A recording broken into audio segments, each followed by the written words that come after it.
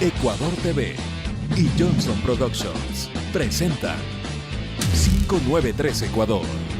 Ecuadorians, you are the best people ever. Ayer lo estuve viendo en la televisión.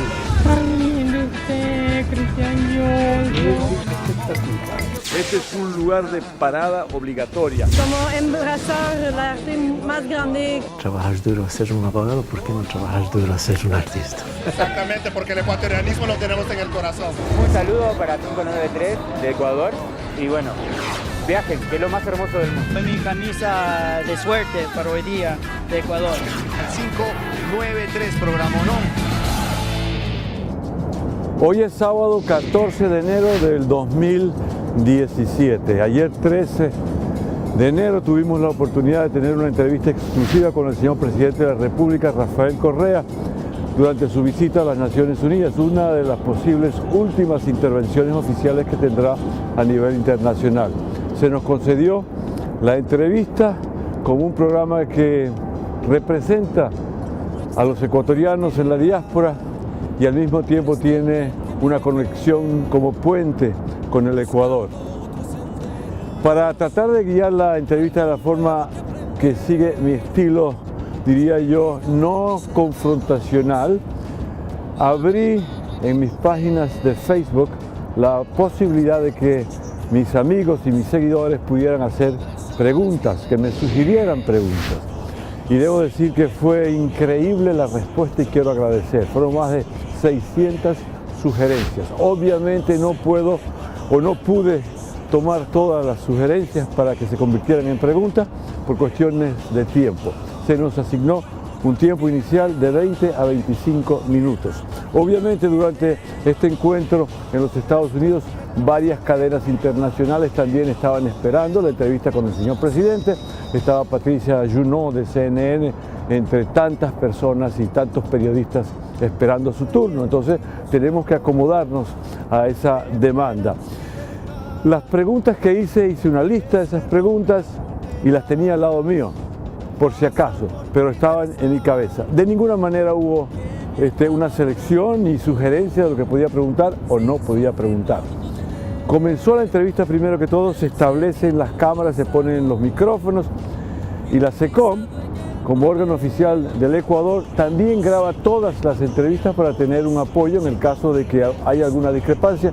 El gobierno ecuatoriano tiene lo que se emitió, lo que se dijo o lo que se conversó en cada una de esas entrevistas.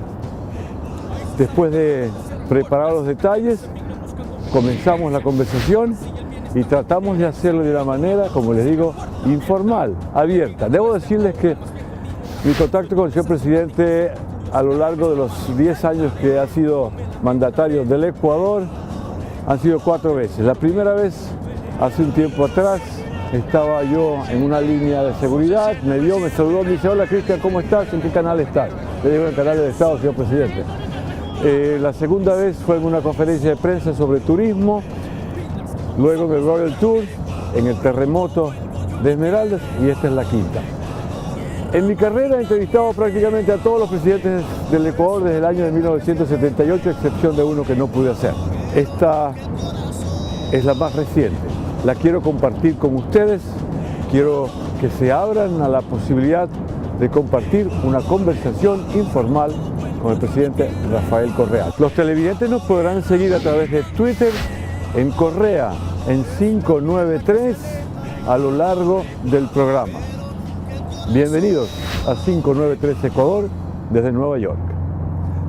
Primero que todo, señor presidente, quisiéramos agradecerle muchísimo el hecho que se haya tomado un poco de tiempo para compartir con nosotros. Más que una entrevista, pretendemos una conversación para conocer el personaje controvertido, polémico, carismático, que es el presidente de la República del Ecuador. Hoy es viernes 13, ni te cases ni te embarques, dice. No, pero es una extraordinaria fecha, porque hoy mi segunda hija está cumpliendo 20 años. Está lejos, no está estudiando, pero ya al menos por mensaje nos comunicamos. Es un día maravilloso para mí. Usted desechó la corbata. Diseñó Carmen. Soy objetor de conciencia de las corbatas. Si me dice para qué sirven las corbatas, el nudo en la garganta, te doy el premio Nobel de Economía. Dicen que muy apretada impide la circulación al cerebro y entonces uno no piensa bien. Yo lo he mostrado científicamente. Cuando uso corbata me canso un 30% más. ¿Cuándo se dio cuenta usted que era el presidente del Ecuador? ¿En qué momento le llegó así, dice, ¡ping! Soy el presidente? O sea, en el 2006 ya veíamos las encuestas. De hecho, nosotros pensábamos ganar la primera vuelta, pero éramos muy ingenuos, no tuvimos buen control electoral y estamos seguros que hubo cualquier cantidad de irregularidades. Pero la segunda vuelta, después de ciertas semanas de campaña, mientras Alvarito Noboa seguía festejando su triunfo en primera vuelta, nosotros nos pusimos a trabajar enseguida. Y después de unas semanas, pues apenas al día siguiente, la primera vuelta, creo que estábamos abajo por 15, 18 puntos. Después de una semana se había revertido esa relación y veíamos que ya era casi seguro el triunfo, ¿no? El Ecuador de aquel entonces era un Ecuador que cambiaba de presidente prácticamente. Pero hagamos memoria, porque el problema del pueblo ecuatoriano es un abrazo a la comunidad migrante, un muy feliz año. Yo siempre digo que el problema del pueblo ecuatoriano es que tenemos demasiado buen corazón y demasiada mala memoria. En 10 años tuvimos 7 presidentes, depende cómo los cuente. Porque si contamos el triunvirato de un par de horas y la vicepresidenta de un día, serían 11 presidentes. Con la Revolución Ciudadana en 10 años hemos tenido un solo presidente, por eso los estudiantes de historia están felices con nosotros. ¿Usted pensó que iba a durar tanto tiempo, 10 años, precisamente pasado mañana? Les soy honesto, ¿no? Al principio, sobre todo durante la discusión de la Asamblea Constituyente, planificamos estos 10 años, sabíamos que iba a haber elecciones en el 2013, que había alta probabilidad de ganar y que estos 10 años y de ahí queríamos dejar el relevo, ¿no? Dar el relevo. ¿Cómo era el Ecuador? ¿Cómo recuerda, cómo usted se acuerda de ese Ecuador que le tocó como presidente, que comenzaba una nueva etapa del país? Permíteme ir un poquito más atrás en la historia. Antes de esta entrevista estábamos conversando cuando tú viniste a Estados Unidos, cómo pasaste acá, la crisis tremenda en Ecuador. Yo también estuve en Estados Unidos en el 97, en el 2001, haciendo mi doctorado en Illinois. Entonces, cuando llegué al país, encontré un país destrozado, familias destrozadas. Y algunas veces estas cosas pasan desapercibidas. Yo no sé si qué sé yo, soy demasiado sensible, pero eran cosas que a mí me desgarraban el alma. Por ejemplo, empezaron fenómenos como el suicidio infantil. Había noticias de niños de 12, 13 años, Cantón Chunchi, que se suicidaban porque sus 2 padres estaban en España. Y era como que si nada pasaba, ¿no? Encontré un país destrozado, como sociedad y a nivel de familia, familias destrozadas, un dolor inmenso de padres que habían tenido que emigrar, madres que habían tenido que dejar a sus hijos. La experiencia más intensa que yo he tenido como presidente es cuando voy al exterior, aquí en Estados Unidos, España, y abrazo a una madre que dejó hace 16, 17 años a sus hijos una muestra infinita de amor, renunciando a sus propios hijos para darles a ellos una vida mejor de la que ella tuvo. Entonces, había un país desmoralizado, con la autoestima por los suelos, convencido de que no seríamos para nada, que las buenas carreteras eran para los demás. La prensa nos bombardeaba todos los días, porque es una forma de instalarse en el poder, ¿no? Desmereciendo todo, entonces las únicas referencias son ellos, que éramos los más perezosos, los más corruptos, los más inútiles. Entonces, ese fue el país que encontramos y yo te diría, el mayor logro de la revolución, pese a las carreteras, las escuelas, los hospitales, no es algo tangible, no es algo que se pueda medir. Ese intangible, que muchas veces es lo más importante para el desarrollo, haber recuperado la autoestima, haber recuperado el orgullo de ser ecuatorianos. Yo no sé si la palabra es recuperar, porque había un momento, cuando yo llegué al Ecuador hace 40 y pico de años atrás, era un país permítame decirlo, era el país del mande, todo el mundo era el mande, la sumisión del mande y pensar que un equipo de fútbol vaya al mundial era como, no, eso no va a pasar nunca. ¿Usted cree que en alguna forma esa recuperación de la autoestima influyó en otras cosas, como por ejemplo eso, llegar al mundial de fútbol? Por supuesto, aunque eso fue antes de nuestro gobierno, pero sí, o sea, nos acomplejaron como país, nos convencieron de que no se podía, por eso el grito de la selección fue sí se puede, ya fue un paso importante, pero realmente con la crisis nos destrozaron la moral. Insisto, yo encontré un país desmoralizado, con la migración, etcétera, y esa moral se ha recuperado, esa autoestima se ha recuperado, y con el sí se puede para todas las cosas, no solo para un mundial de fútbol, podemos enfrentar cualquier dificultad, podemos alcanzar el desarrollo. ¿Cómo se mide la pobreza de un país? ¿Cómo se sabe que ese país es pobre o cómo es la pobreza colectiva e individual? Bueno, es una pregunta técnica, es mi área, ¿no? Hay varias formas de medir la pobreza, pero todas son incompletas. La menos incompleta es la pobreza multidimensional, que contempla acceso a servicios. Porque tú puedes tener pobreza por ingresos, ganar poco, ¿ya? Pero si los servicios de salud son gratis, los servicios educativos son gratis, no es que tienes un mal nivel de vida. Entonces, por eso se mide por acceso a servicios educativos, de salud, a un buen trabajo, estabilidad laboral, seguridad social. Ya estamos midiendo esa pobreza multidimensional y sigue bajando, es uno de nuestros grandes orgullos. pese a las dificultades que hemos atravesado 2015-2016, se ha seguido reduciendo esa pobreza multidimensional o también llamada pobreza estructural. También se puede medir por ingreso, también se puede medir por consumo, por necesidades básicas insatisfechas, pero el concepto más integral es la pobreza multidimensional o pobreza estructural.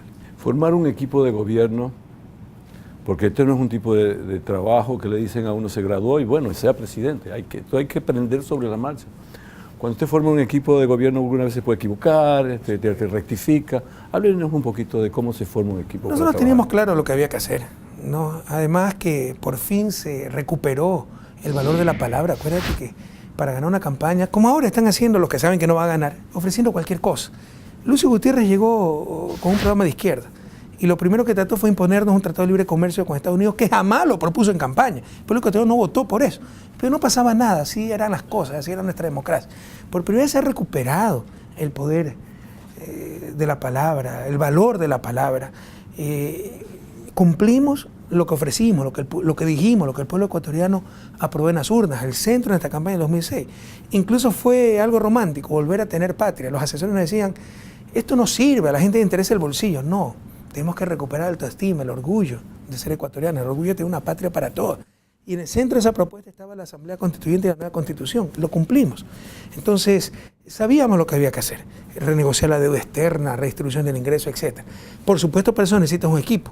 Y ahí sí, o sea, hay grandes aciertos. Tengo gente que es extraordinaria, pero obviamente también ha habido equivocación. Y en la implementación de planes, etc., siempre uno se equivoca. Tú hablabas que al inicio dijiste que yo soy controversial. ¿Qué acción trascendente no genera controversia? Pero con la calma que da la historia, el paso de los años, se aprecia de mejor medida. Ya se aprecia la Revolución Ciudadana, su legado, a tal punto que están discutiendo si hay segunda vuelta o no. Pero verás que el aprecio crecerá con el pasar de los años. ¿Cómo piensa que debe ser su sucesor, idealmente? No, o sea, que corrija los errores que seguramente yo he cometido.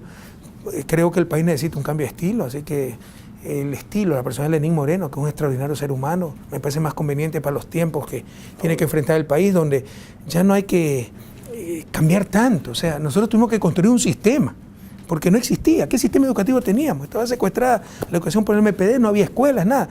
¿Qué sistema de salud? Los hospitales no había ni para cambiar la luz en los quirófanos. ¿Qué sistema de carretera? ¿Qué sistema energético? ¿Qué sistema de justicia? En cambio, ahora se trata de administrar un sistema. Entonces, probablemente ya no se necesite alguien tan confrontador como yo, sino más conciliador como Lenín Moreno, que, insisto, es un extraordinario ser humano. Y, por supuesto, corregir muchos errores que hemos cometido, ¿no? ¿En qué obra humana no existen errores? Más aún con la intensidad que hemos vivido esta década ganada. En lo único que seguramente habrá un retroceso en la presidencia es en la calidad musical, ¿no? Usted es un hombre intenso.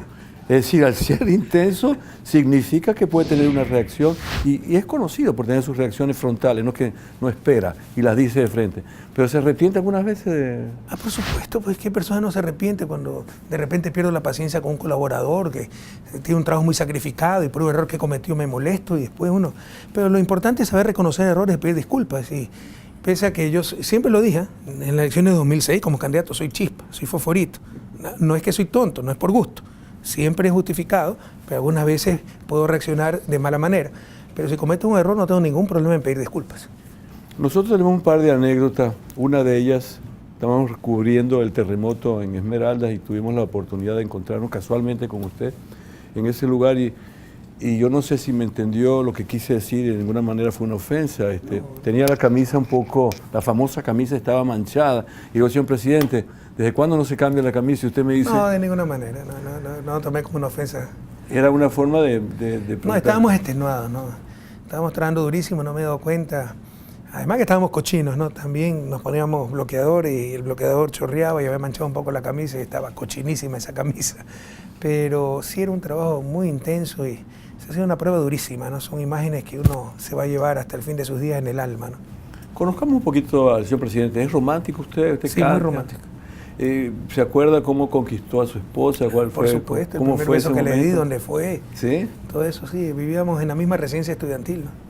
¿Y su vida en los Estados Unidos cuando era estudiante, cómo fue? Extremadamente feliz. Tal vez como familia es el periodo más feliz y más tranquilo, aunque no nacía mi tercer hijo, es mi adoración también, ¿no? Pero con mis dos hijas fue muy duro. Pero eso te demuestra que la felicidad no está en acumulación, no viene en material. Contábamos el centavo, porque yo tenía una beca. y tenía 2 hijos y tenía que estudiar. 2 hijos pequeños, Ann no podía trabajar, me tenía que ayudar. Yo estudiaba en la mesa de comedor. Cuando llegaba el momento de comer, hacía a un lado los libros, comíamos y seguía estudiando. Ann se tenía que llevar a los niños al parque para que no me molesten y para que me permitan seguir trabajando y se los llevaba todo el día. O sea, y contábamos el centavo. Me acuerdo que cada 2 meses la gran fiesta era poder ir a comer a uno de estos buffets de $5. Si no, no había cómo salir, nada de eso. Y es el momento, el periodo de vida familiar más feliz que hemos tenido. Usted es un hombre religioso. Sí.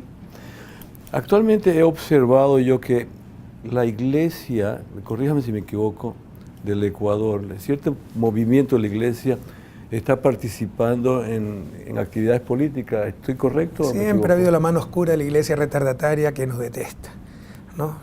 Y poderosos grupos corruptos, los Isaías, eran muy cercanos a ciertos sectores de la iglesia.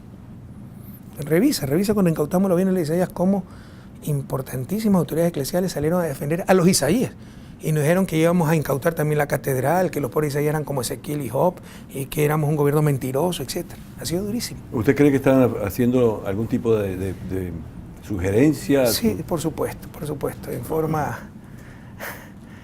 forma disfrazada, pero lo están haciendo los grupos más retardatarios, pero obviamente por cada personaje de aquellos existen 10, 20 monseñores Romero que trabajan cotidianamente, anónimamente, por el bien de su pueblo, ¿no? Yo conozco sacerdotes extraordinarios, pero por ejemplo, decir una carta pastoral que acaban de lanzar, que la corrupción es culpa del gobierno por no controlar la corrupción y no fiscalizar los otros poderes del Estado que no nos fiscalizan, eso es lo que insinúa el discurso de la oposición. ¿Cómo tú controlas una coima que sea un paraíso fiscal? ¿Cómo controlas esas inconductas personales? Es igual de perverso que decir que si hay un cura pedófilo es porque el obispo no lo controló. Son cosas imposibles de predecir. Nadie tiene en la frente soy corrupto, nadie tiene en la frente soy pedófilo, y cómo detectas la coima en paraíso fiscal. Entonces hay tremendas injusticias que nos hieren, más aún cuando hay personas que nos hemos jugado la vida, no ahora como presidente, desde siempre por luchar contra la corrupción. ¿Por qué no vive en el Palacio de Carondelet? ¿Le tiene miedo a los fantasmas? No, ya para mi familia el cambio, mi familia, mira, la familia más sencilla, mi hija, mis hijos, mi esposa. Algunos creen que a mí me tratan de posicionar como el dictador comunista, pero hay gente que ha pedido permiso para protestar, para gritarme dictador comunista, autoritario, que nos encanta el poder, los carros, las caravanas, la seguridad. Eso es lo más incómodo que existe, perder tu vida privada, no tener seguridad, etcétera, ¿ya? Y para la familia es durísimo. Entonces, además, cambiar una casa que no es casa, es hogar, hubiera sido mucho más duro. Por eso tomamos la decisión de seguir viviendo en nuestra casa de siempre. Como presidente visitando tantos países en tantos años, me imagino que le han hecho algunos regalos. Si se pudiera llegar legalmente 3 regalos a su casa particular, ¿qué se llevaría? Ah, de los regalos que he recibido. Sí. Mira, nunca he sido muy apegado a lo material, ¿no? Por ahí me hubiera llevado la bicicleta que me dejó, que me regaló Xi Jinping, que la subastamos y la compró un migrante aquí en Estados Unidos. Qué sé yo, tal vez alguna obra artística, algunos cuadros que me regalaron muy bonitos, las camisetas firmadas por ciertos jugadores, Messi, etc. Pero realmente nunca he tenido mucho apego a lo material. Es más, o sea, a mí me encanta el poeta Antonio Machado, que hablaba siempre que él es ligero de equipaje. Entré ligero de equipaje y quiero salir ligero de equipaje. El exceso de equipaje no da felicidad, muchas veces estorba. Su gastronomía, es decir, el Ecuador tiene una gastronomía, en cada región, la gallina collada, está el cuy con papas, está el arroz con menestra, el caldo de bola. De todas estas comidas, como presidente, usted llega a un lugar y ¿usted come cuy con papas? Comía mucho cuy, hasta que como ministro de Economía casi me muero una noche que comí cuy en Cuenca, entonces le tengo cierto respeto. Pero yo viví en Zumbago, ahí teníamos criadero de cuy. Y teníamos el padre Segundo Cabrera, el director de la casa, que los preparaba espectacularmente. Eran cuy de esos tucos, de esos gordísimos. Pero los preparaba con unas hierbas que era una delicia. Pero te insisto, el 2005, en que me batió muy fuertemente, un cuy que me comí en Ricaurte, me acuerdo, en Cuenca, por comer muy de noche, como a las 11 de la noche, llegamos tardísimo, de ahí ya le tengo cierto respeto. Es decir, que la primera plana al día siguiente muere el presidente Correa por cuy. No, era ministro de Economía ese entonces, pero tú conoces mi nivel de actividad. Y es rarísimo que yo suspenda actividades porque me siento mal. Extremadamente raro. Y esa vez las tuve que suspender en Cuenca. ¿Cuántas horas duerme usted? Depende pues de la cantidad de trabajo. A mí me gusta dormir, pero si no se puede dormir, ¿qué le vamos a hacer? Realmente no es que soy alguien que duerme mucho, pero de repente tomar una buena siesta, etc.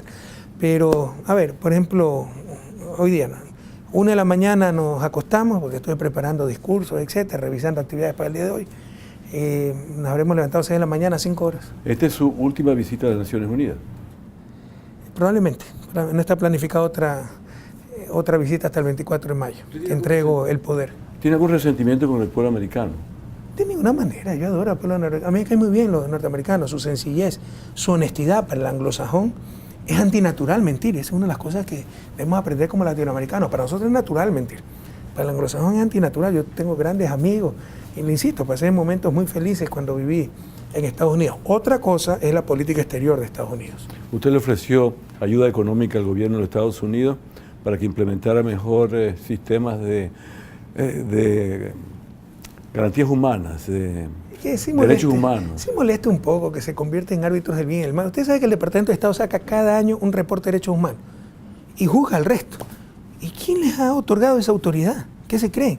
Ese es un problema de Estados Unidos como nación, con todo respeto, que tienen grandes valores, grandes principios, pero creen que esos principios y valores deben ser universales y que todo el mundo los debe adoptar sin reflexión. Y tenemos diferente historia, diferente cultura. Por ejemplo, aquí quemar la bandera es signo de libertad de expresión. En Ecuador es un delito, una infracción, y estoy de acuerdo que es una infracción. Aquí, que las corporaciones aporten ilimitadamente a las campañas electorales es otra forma de libertad de expresión, lo declaró el Tribunal Supremo de Estados Unidos. Para nosotros es la antítesis de la democracia. Aquí el lobby, el cabildeo, es legal, ¿ya? Lo cual discrimina a los pobres que no tienen para pagar un grupo de abogados que tengan contacto en el Senado, en el Congreso, para defender sus derechos. Para nosotros es tráfico de influencia y es un delito.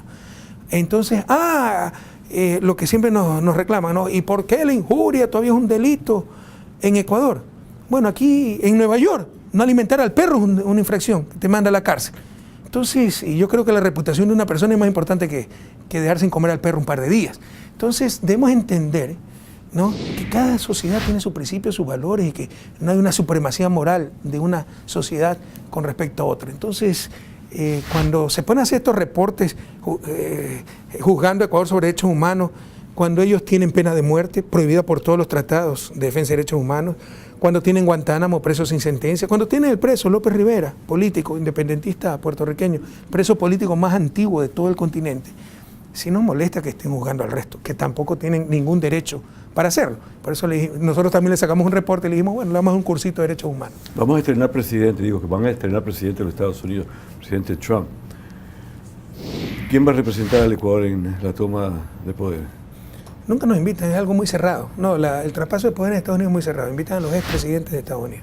¿Y usted? Y es un bonito símbolo de unión, ¿no? Porque vienen los republicanos, vienen todos. ¿Y usted qué? En este caso vendrán los demócratas, ¿no? ¿Y usted qué opina de esta nueva presidencia? ¿Puede opinar o no le opina?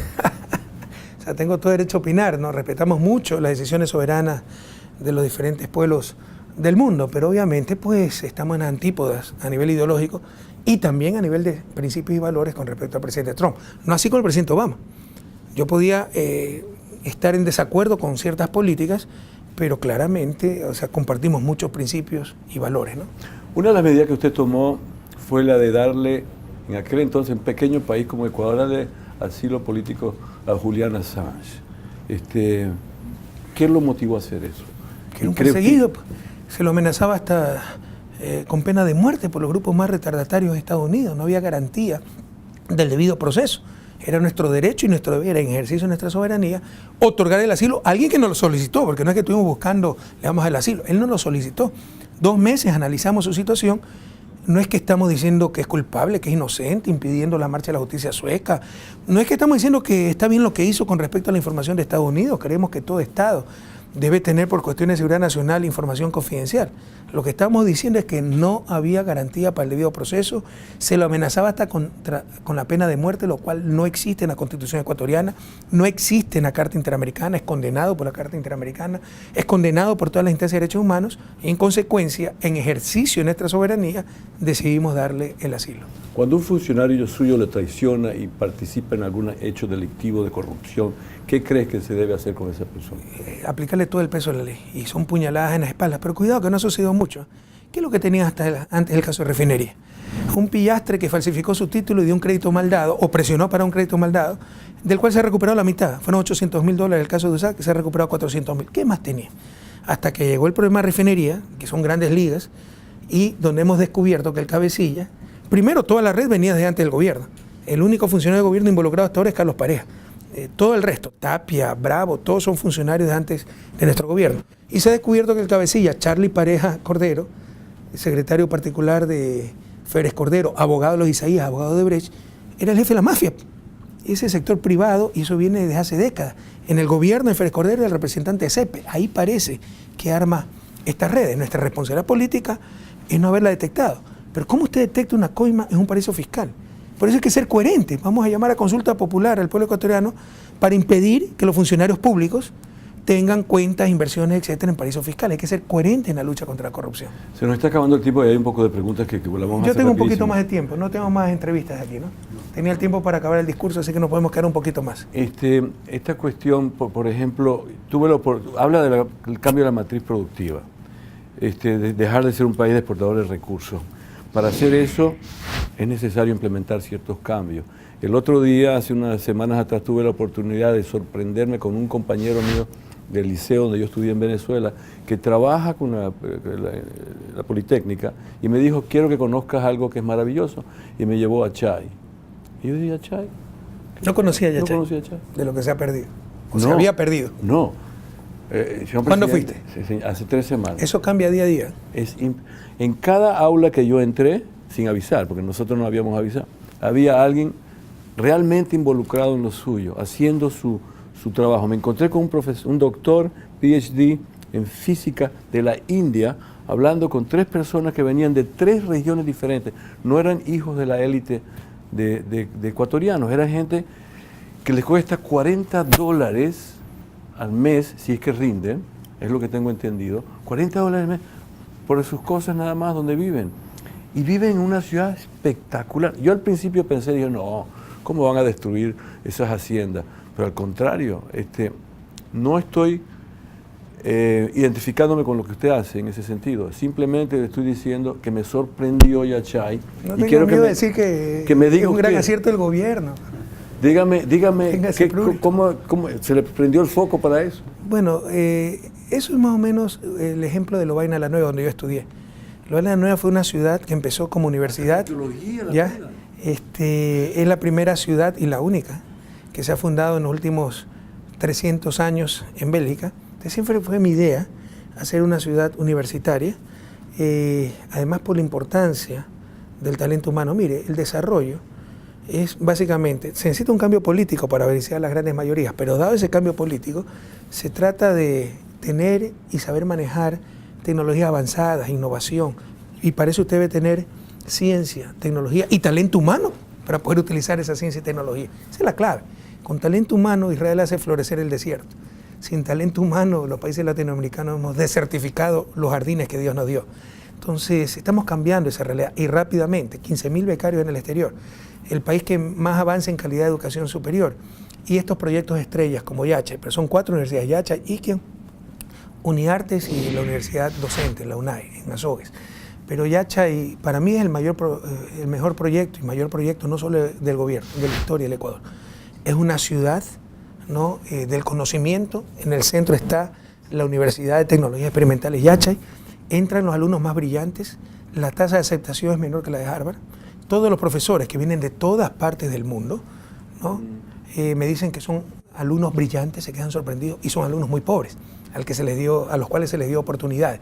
El nuevo rector, elegido por concurso mundial, era un mexicano pero radicado 40 años en Estados Unidos, que fue de Cornell, luego fue chancellor, me parece, de Arizona, o sea, no sé el título, rector en español de Arizona, transformó la Universidad de Arizona, fue condecorado por el presidente Obama como el mejor científico latinoamericano. Pues ese científico, el doctor Castillo, ahora es el rector de Yachay, junto a decenas de PhDs de la mejor universidad del mundo y de todos los rincones del planeta. Yachay es un sueño, ojalá que la mediocridad no lo haga fracasar. Es decir, yo creo que vamos a ganar, pero si gana un gobierno de oposición, ojalá que siga con Yachay, porque ya hay discurso, ¿no? de volver a lo del pasado para que ya checarle plata a los mismos de siempre, etcétera. No entienden las cosas. No se cambió, inclusive, estuve observando, el modo de producción de esas haciendas. Eran salarios mínimos, personas que no estaban afiliadas, eran prácticamente invisibles, sin seguro médico, ningún tipo. Aquí ya se tiene todo, porque el impacto social en Urcuquí, que es el cantón donde está, era un cantón muy pobre, ha cambiado totalmente. Y el paisaje es paradisiaco. No sé a qué horas estuvo del día, pero si usted va temprano, un día despejado, se ve el Cotacachi, se ve el Cayambe, es un valle precioso, además con restos arqueológicos. Entonces Yachi tiene todo, es fascinante. Dicen que el país está empeñado a los chinos. Ya no saben qué decir. ¿Qué significa estar empeñado a los chinos? Pregúntenle lo que lo dicen, porque la deuda externa, acabo de sacar las cuentas, está en 25 o 26%, menos que el 2005 y prácticamente lo mismo que el 2006. ¿Cuál es la trampa que hacen los sufridores para escandalizar a la gente, a nuestros migrantes? Ah, no, es el doble, en el 2006 era $16.000 y en el 2017 es $26.000, $27.000, casi el doble. Pero que no dicen que la economía también es el doble. Entonces es una torpeza técnica, usted mide proporcionalmente. No es lo mismo que usted deba $100, ganando $500, a que deba el doble, $200, pero ganando $3.000. Por supuesto que tiene capacidad de pago para los $200. Entonces se ha duplicado también el tamaño de la economía. El coeficiente de deuda externa PIB prácticamente es el mismo que al inicio de nuestro gobierno, de hecho menor que el 2005 y con seguridad menor que el histórico nacional, pero tienen que criticar algo, pues ya no saben qué decir. Yo no sé si usted se acuerda que había una época en el Ecuador que se cambió el horario para ahorrar el sol, claro, por la cuestión de energía eléctrica, porque cada media hora o cada 2 horas se iba la luz. Yo acabo de hacer un viaje, y esto tampoco lo hago por congraciarme con usted. Yo creo que inventé la cámara viajera. No tenga escrúpulo, puede decir, usted ha acertado, presidente, es un acierto. ¿Por qué los periodistas no se atreven a decir? Creen que hacer periodismo es solo criticar, ver lo malo, también se puede ver lo bueno. Que antes de venir acá hice una encuesta en Facebook para ver qué preguntas se le ocurría al público. Había muchas buenas, pero habían algunos que decían que me iban a bloquear como amigo porque ahora me había vendido a la opinión del presidente Correa. ¿Usted cree que con esa actitud se puede trabajar con esa gente? No se puede. Favor. ¿Usted cree que en el Ecuador hay libertad de prensa y expresión? Pero por supuesto, pues hay tanta libertad de prensa y de expresión que lo pueden publicar todos los días que no hay. ¿En qué país? Con Pinochet usted podía publicar que no había libertad de expresión. Entonces, si lo pueden hacer, es la mejor muestra, quejarse todos los días que no hay libertad de expresión, es la mejor muestra que sí la hay.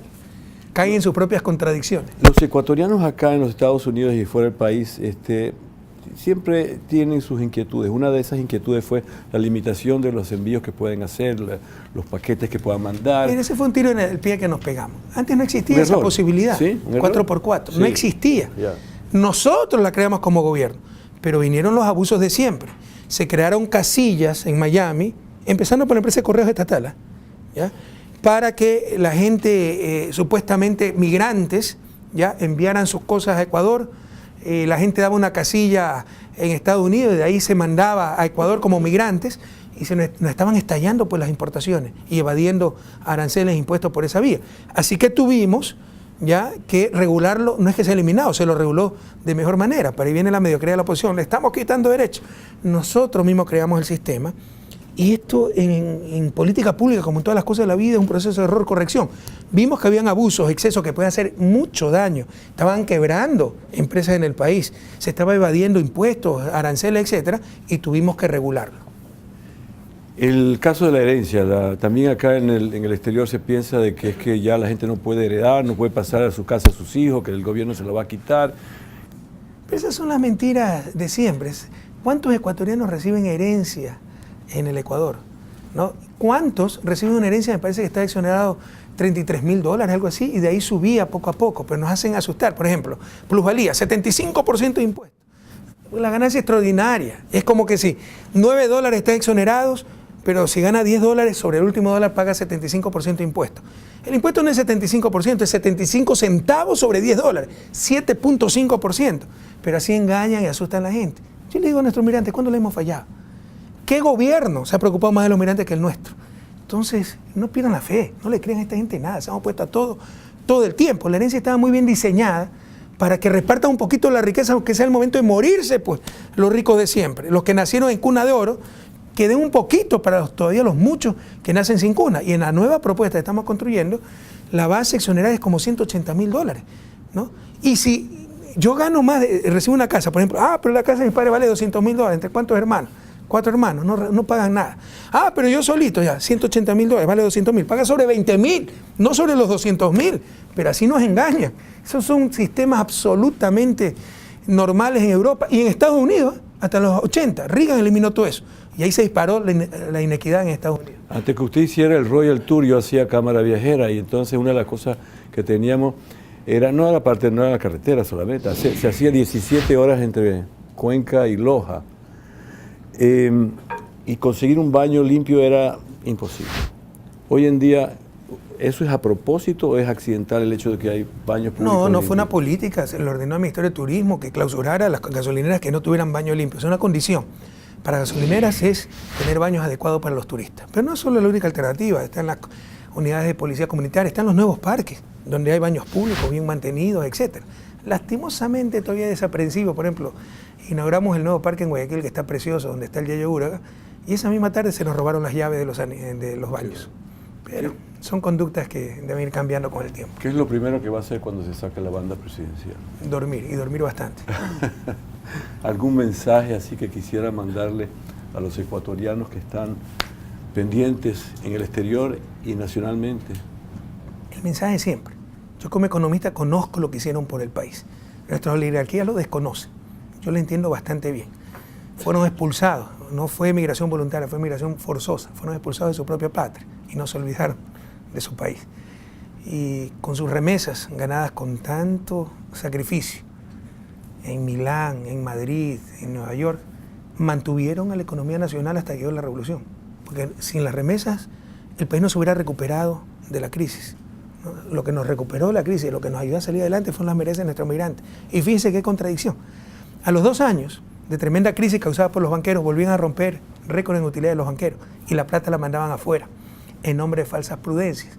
Mientras a la gente que ellos mandaron afuera, su dinero lo enviaban al país. Eso nos pudo sostener como nación. Lo único que logró exportar el neoliberalismo fueron seres humanos, cómo han cambiado las cosas, pero nuestra gratitud eterna, siempre tengan el apoyo del gobierno, de la Revolución Ciudadana, mi admiración personal.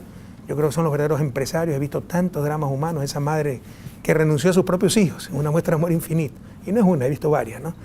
Y el abrazo, una de las cosas también más emotivas que hemos vivido como en la presidencia fue hace un par de años, en una gira que tuve cuando me daba un doctorado en la Universidad de Barcelona y luego visitamos Madrid, hice una comida, como siempre hago, con los becarios, unos 140 chicos. Y en ese hotel estaban trabajando 4 compañeras ecuatorianas. Y yo las invito al almuerzo. Y cuando entran las chicas, las veo entrar, entonces le digo a los chicos, a los jóvenes, vean, gracias a ellas estudian, son sus remesas las que nos han permitido becarlos a ustedes. Esos chicos se pararon y fue una ovación a esas 4 compañeras. Entonces nuestra gratitud eterna a los migrantes y decirles que no pierdan la esperanza. Han sido momentos difíciles para el país, hemos salido adelante, ya nos estamos recuperando, pero el pasado nunca más. Y siempre son bienvenidos a la patria. No hemos logrado resolver todos los problemas, pero juntos podemos enfrentar cualquier dificultad. Se le hizo un nudo en la garganta. Son recuerdos muy intensos. ¿Algún error que cometió que le hubiera gustado hacerlo diferente? Muchísimo nombramiento. Un poco de ingenuidad al inicio, ¿no? Estos infantilismos y estos discursos ribombantes que en la práctica no resisten el menor análisis. Nombramientos equivocados, como le decía Alberto Acosta, por ejemplo, en la presidencia de la Constituyente, que nos demoró tanto. Se nos acababa el tiempo, los 6 meses. Se reunió conmigo para decir que vamos a prorrogar 2 meses más. Y después, pero de todos modos no vamos a acabar. No, pero yo hablé con el Partido Social Cristiano y Social Patriótica para extendernos de los 8 meses que como máximo nos había dado el pueblo ecuatoriano absurdo, o sea, una locura. Entonces, errores. Si se hubiera manejado bien esa constituyente, eso nos hubiera ahorrado años en los avances de este proceso, porque era una asamblea de plenos poderes con absoluta mayoría de la Revolución Ciudadana. Pero ahí vinieron los politiqueros de siempre, los supuestos demócratas, a contentar a todo el mundo. Entonces, por supuesto que ha habido muchos errores, pero en las grandes líneas, la estrategia global pues ha sido un total acierto y esta es sin duda la década ganada por el país. Usted no es perfecto. Pero ¿qué ser humano es perfecto? ¿Qué obra humana es perfecta? ¿Y qué acción o persona trascendente no tiene contradictores? Le agradezco muchísimo el tiempo que nos ha dispensado en esta cobertura de 593 Ecuador. Sabemos que está bien ocupado. Muchísimas gracias por estar. Gracias a usted, Cristian. Nuevamente un abrazo a toda la comunidad en Estados Unidos y a todos nuestros migrantes. Nuestra admiración y gratitud eternas. Bien, de esa manera hemos cubierto la visita del señor presidente de la República del Ecuador a Nueva York el 13 de enero del 2017. Quiero agradecer muchísimo a todas las personas que hicieron posible esta conversación. Gracias por su confianza, a todo nuestro equipo y a cada uno de ustedes que sugirió las preguntas que hemos compartido con ustedes. El presidente tiene una gran vitalidad. Anoche estuvo en un encuentro con la comunidad de la Universidad de St. John. Hubo una amenaza de bomba momentos antes, se atrasó esa presentación, fue una falsa alarma, bailó, dio su discurso y ya está en el Ecuador de regreso, conversando con su público a través del Enlace Ciudadano, y mañana estará en Guayaquil. ¿Qué les puedo decir? Mientras tanto, buenas tardes, buenas noches, a la hora que sea, 593 Ecuador, desde Nueva York. Me encanta, ve cómo le vengo a ver a mi gringuito. Cristian Johnson está ahí, yo tengo que bajar a ver. Representando dignamente a nuestro país en todas partes del mundo. Saludos, mamá. Saludos a mi Ecuador, Esmeralda, carajo. Si se ve bien, sigue buen mozo como siempre.